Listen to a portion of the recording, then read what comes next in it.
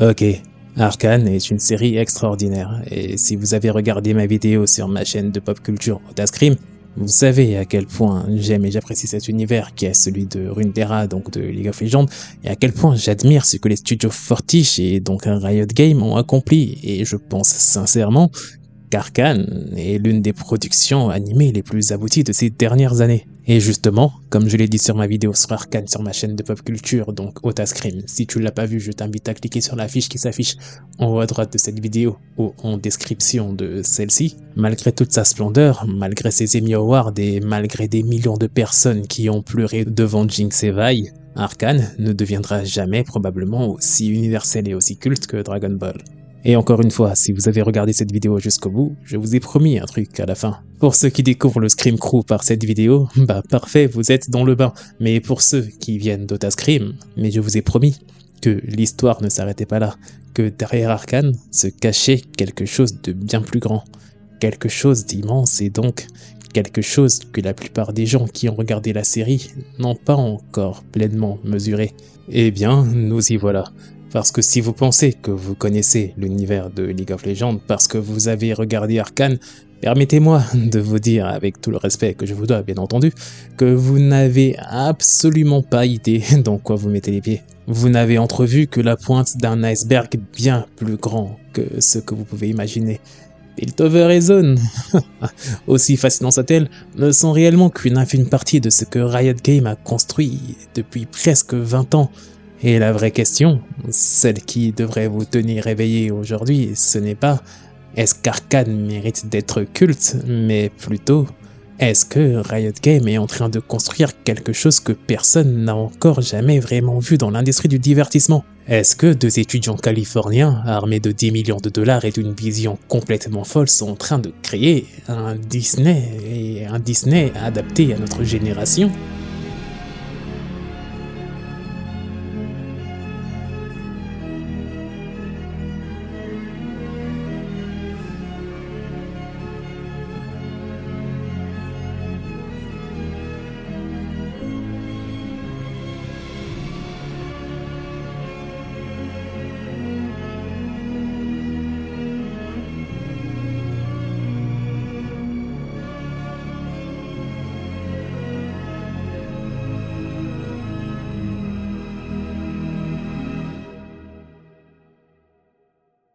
Ok, pour comprendre ce que Riot Games est aujourd'hui, il faut d'abord comprendre d'où il vient.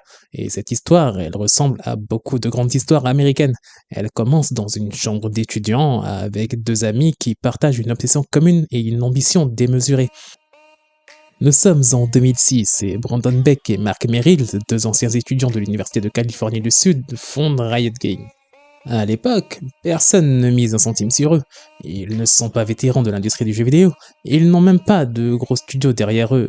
Ce qu'ils sont, c'est une idée. Une simple et unique idée. Presque naïve, mais d'une clarté absolue.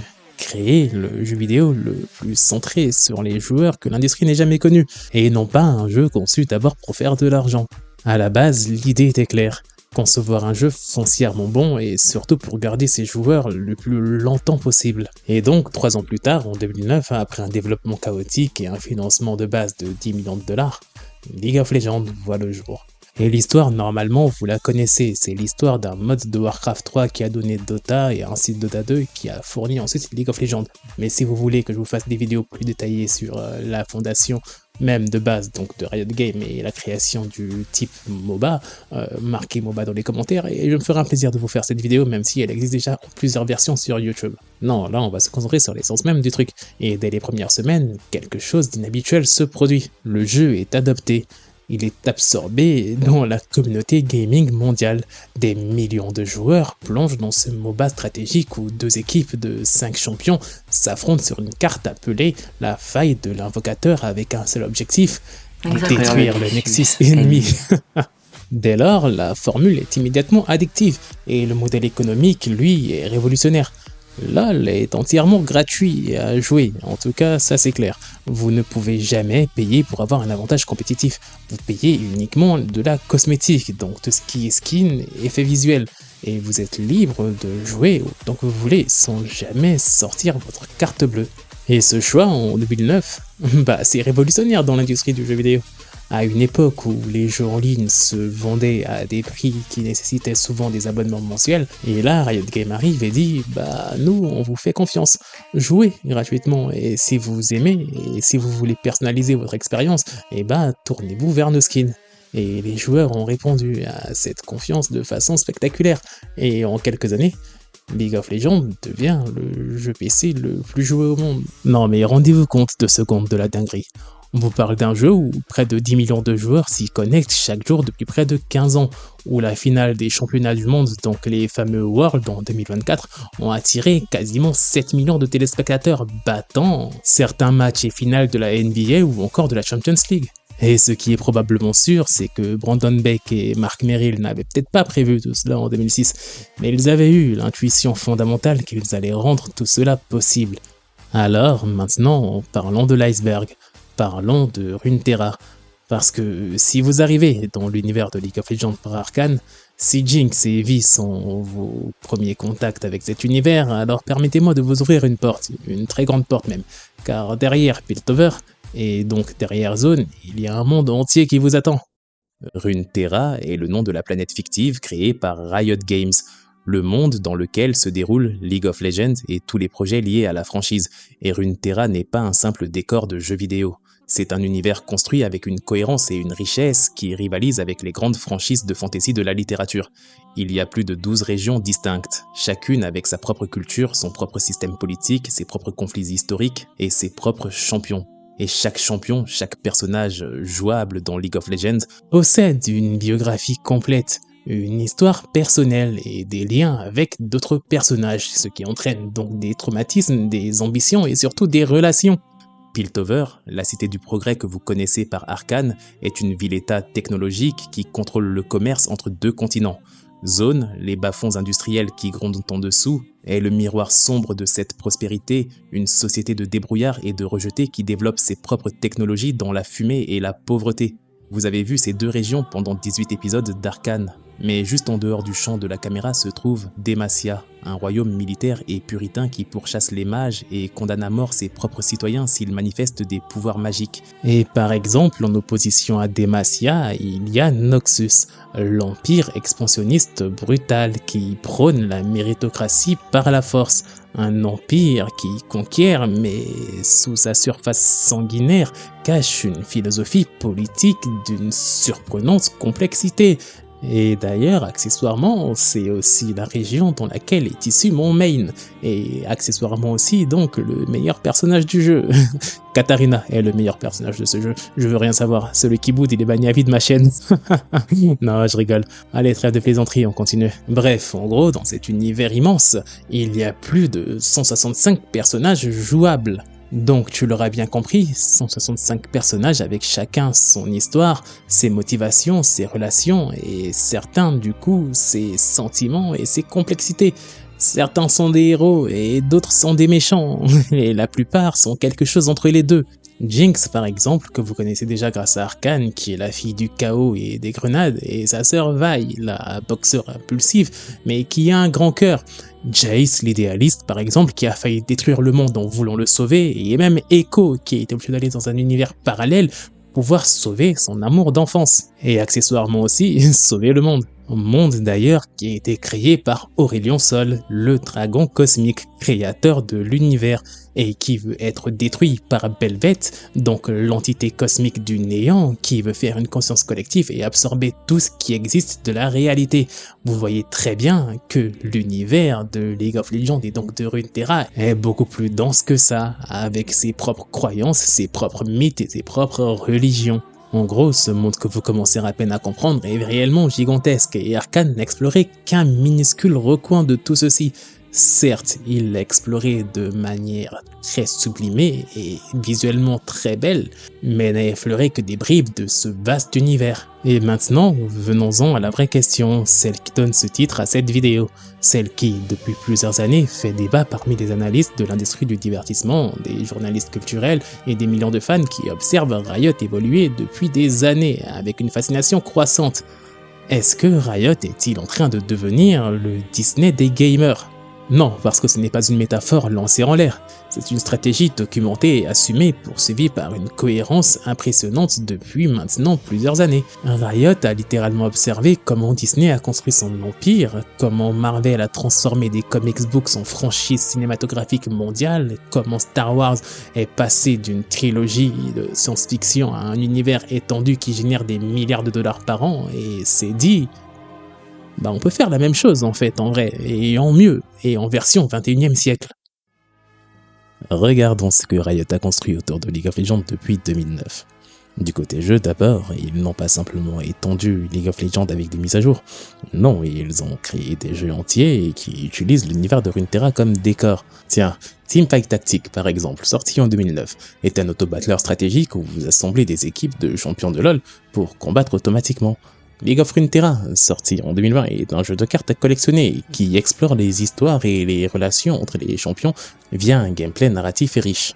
Wild Rift, sorti en 2021, est une version mobile entièrement repensée de League of Legends et optimisée pour des parties courtes sur smartphone. Et grâce à Riot Forge, un label qui collaborait avec des studios indépendants, ils ont produit Ruin King par exemple, un RPG au tour par tour qui suit des aventures de champions contre la ruine causée par Viego, donc le roi déchu. Et c'est pas tout, des jeux comme Exec Mayhem ou encore Song of Minutes sont des jeux de leur catalogue. Et en plus, ils ont un MMORPG en développement, donc qui se basera sur l'univers de Runeterra.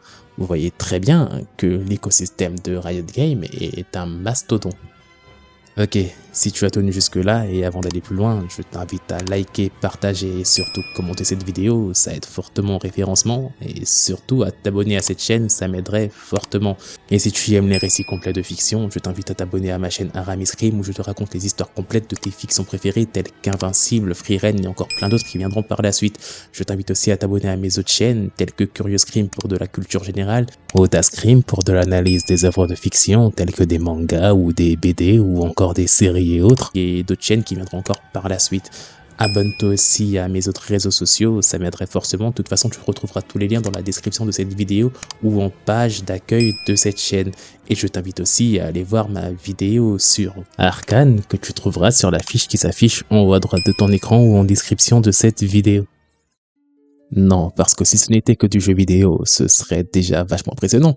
Mais du côté musical aussi, Riot Games ne sont pas en reste, avec des groupes comme Pentakill, donc un groupe de métal qui est composé de personnages jouables du jeu tels que Karthus, Mordekaiser ou encore Yoriku Sona. Et bien sûr, des groupes comme KDA ou encore True Damage, donc des groupes de K-pop virtuels, encore une fois composés de champions du jeu tels qu'Akali ou encore Evelyn ou Kaisa. Et tout ceci mis en lumière sur YouTube avec des clips atteignant parfois plus de 500 voire 600 millions de vues.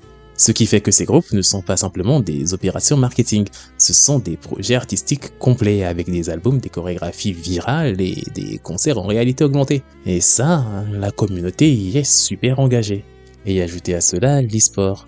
Le championnat du monde de League of Legends, donc les Worlds, est devenu le plus grand événement d'e-sport mondial, organisé chaque année dans des stades et des arènes à travers le monde.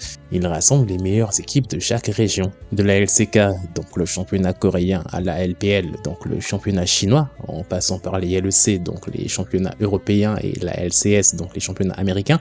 La cérémonie d'ouverture des Worlds est chaque année un spectacle de plusieurs minutes conçu avec minutie et soin, et surtout avec le prestige d'une cérémonie olympique. Et donc c'est ça la stratégie de Riot Games. Jeux, animation, musique, e-sport, produits dérivés, livres, comics, bref, un univers qui se décline sur chaque format, sur chaque plateforme et donc sur chaque support.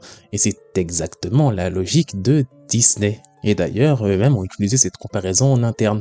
Le site Digiday a révélé que des cadres de Riot avaient répété à plusieurs reprises l'analogie Disney lors des réunions internes, en traçant eux-mêmes un parallèle direct entre leur stratégie de développement et celle des franchises telles que Disney, Marvel ou encore Pixar. Donc Riot a eu l'ambition explicite de devenir le prochain Disney, et ce, même s'ils ont eu l'ambition de revoir certaines de leurs ambitions à la baisse face aux réalités économiques d'un marché du jeu vidéo en perpétuelle mutation. Mais attendez, parce que cette vidéo ne serait pas honnête si je ne vous parlais pas de l'autre face de la médaille, de la face que tous les joueurs de League of Legends connaissent. La face que personne ne montre lors des représentations corporatives ni lors de la cérémonie d'ouverture des Worlds. Je veux parler de la toxicité et de l'addiction, de l'enfer psychologique que peut devenir League of Legends quand on s'y plonge vraiment. League of Legends est probablement le jeu le plus addictif que j'ai jamais rencontré, et pas pour de bonnes raisons, ou du moins pas seulement pour de bonnes raisons. Certes, il y a cette profondeur stratégique, cette richesse de la méta et ce sentiment exaltant de bien jouer et de coordonner avec son équipe. Oui, il y a ce moment unique où vous réussissez une combinaison parfaite, où votre équipe retourne une situation désespérée, où vous arrachez une victoire de l'improbable. Ces moments-là sont euphorisants. Et ils sont la raison pour laquelle des millions de personnes reviennent encore et encore nuit après nuit. Mais il y a aussi l'autre côté, le côté dont les psychologues ont commencé à s'emparer depuis quelques années avec des études académiques qui montrent que League of Legends génère des niveaux de stress et de frustration parmi les plus élevés mesurés dans le monde du jeu vidéo. League of Legends est un jeu où vous comptez sur 4 autres joueurs pour gagner, et quand l'un d'eux flanche, quand l'un d'eux prend de mauvaises décisions, quand l'un d'eux commence à insulter ses coéquipiers dans le chat, toute la partie peut basculer. Et cette dépendance envers les autres, cette absence de contrôle total sur son propre destin dans le jeu crée une frustration unique. Elle crée ce que les psychologues appellent une impuissance acquise situationnelle. Vous faites tout bien et vous perdez quand même à cause d'un facteur que vous ne pouviez pas contrôler.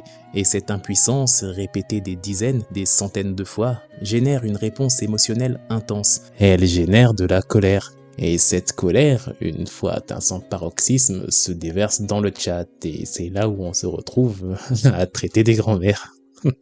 La communauté de League of Legends est réputée pour être l'une des plus toxiques de tout le monde du jeu en ligne. Ce n'est pas une réputation usurpée.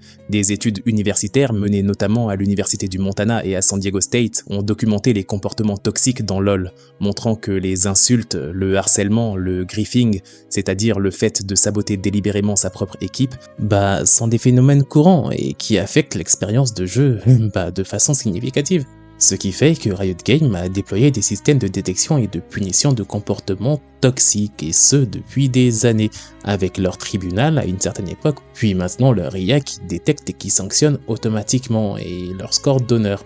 Ces outils ont eu des effets mesurables, mais n'ont pas résolu le problème fondamental.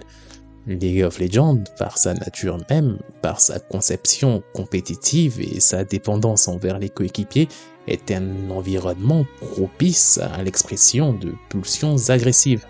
Et c'est là que l'analyse psychologique devient passionnante, parce que la toxicité de League of Legends n'est pas juste un problème de mauvais joueurs, c'est un symptôme d'une mécanique de jeu conçue pour maximiser l'engagement émotionnel. Plus vous êtes engagé émotionnellement, plus vous jouez longtemps, et plus vous jouez longtemps, plus vous dépensez pour des cosmétiques. C'est le moteur économique du free-to-play à son état le plus pur, et le plus troublant, c'est que Riot le sait. Ils ont des équipes entières dédiées à analyser les émotions des joueurs, à mesurer les niveaux de satisfaction et de frustration, et bien entendu à ajuster le jeu en conséquence. Ce n'est pas une coïncidence si League of Legends déclenche autant d'émotions, c'est intentionnel. Sur le plan de la critique sociale, enfin, il faut aussi parler du Riot Games institutionnel. En 2018, une enquête publiée par Kotaku a révélé une culture interne chez Riot Games marquée par le sexisme et le broculture, une culture d'entreprise dominée par des comportements masculins toxiques qui marginalisaient les femmes et les minorités. Des témoignages d'employés décrivaient des environnements de travail où les blagues sexistes étaient monnaie courante, où les promotions étaient influencées par les relations informelles entre hommes, et où les plaintes étaient minimisées ou ignorées. Riot Games a depuis investi massivement dans des programmes de diversité et d'inclusion, a payé des compensations financières dans le cadre de règlements judiciaires et a restructuré certaines de ses équipes de direction. Mais cet épisode reste une tâche sur l'image de l'entreprise, et il illustre un paradoxe que nous devrons aborder. Comment une entreprise qui prône l'inclusion dans ses jeux avec des personnages queer, des héros de toutes origines, une représentation soignée, peut-elle avoir une culture interne aussi problématique? Ce paradoxe est important et il mérite une vidéo dédiée. Donc si le sujet vous intéresse, marquez Riot, je sais pas moi, problématique dans les commentaires et je me ferai un plaisir de vous faire une vidéo sur ça.